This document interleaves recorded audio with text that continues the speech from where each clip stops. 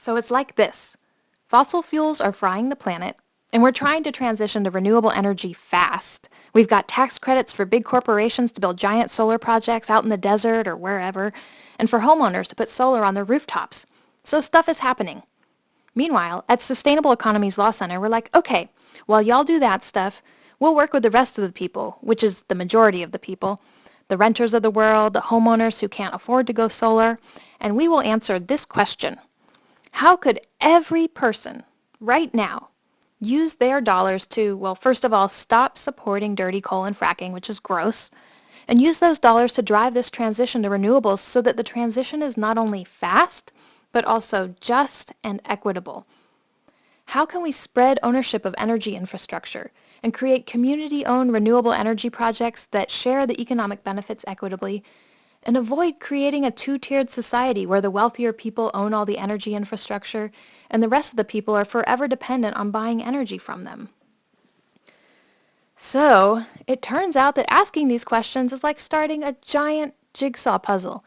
And normally I like to work on small puzzles, the kind where we can start and finish it in the space of a year, and then we can hold it up and everyone is like, wow, good job, Sustainable Economies Law Center.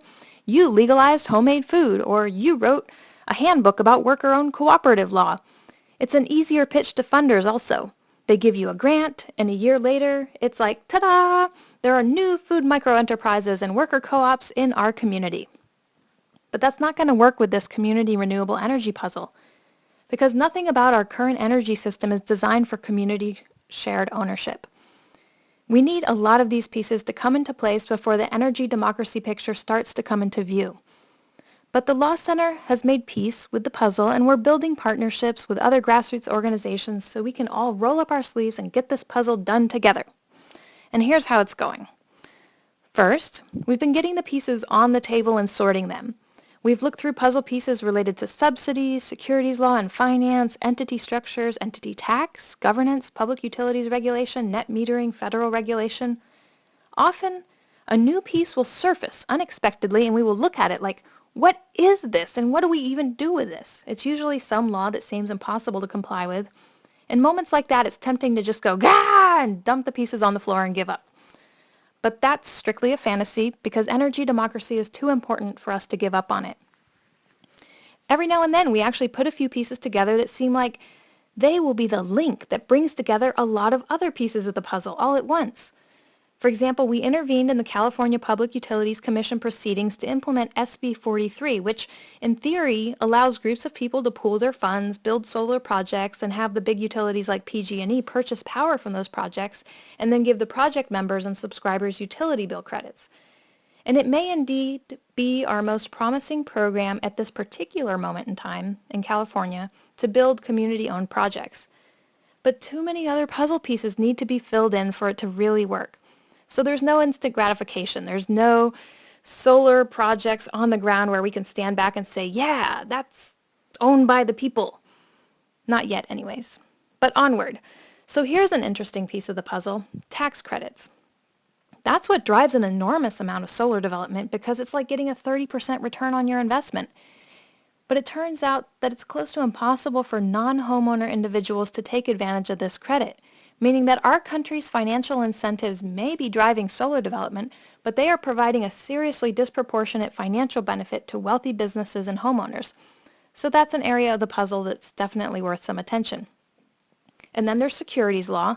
2 years in a row, the Law Center introduced a bill in California called the Local Economy Securities Act, which would have removed significant legal barriers, enabling average individuals to make loans to or buy shares of a solar project for, say, even a few $100s or a few $1,000s.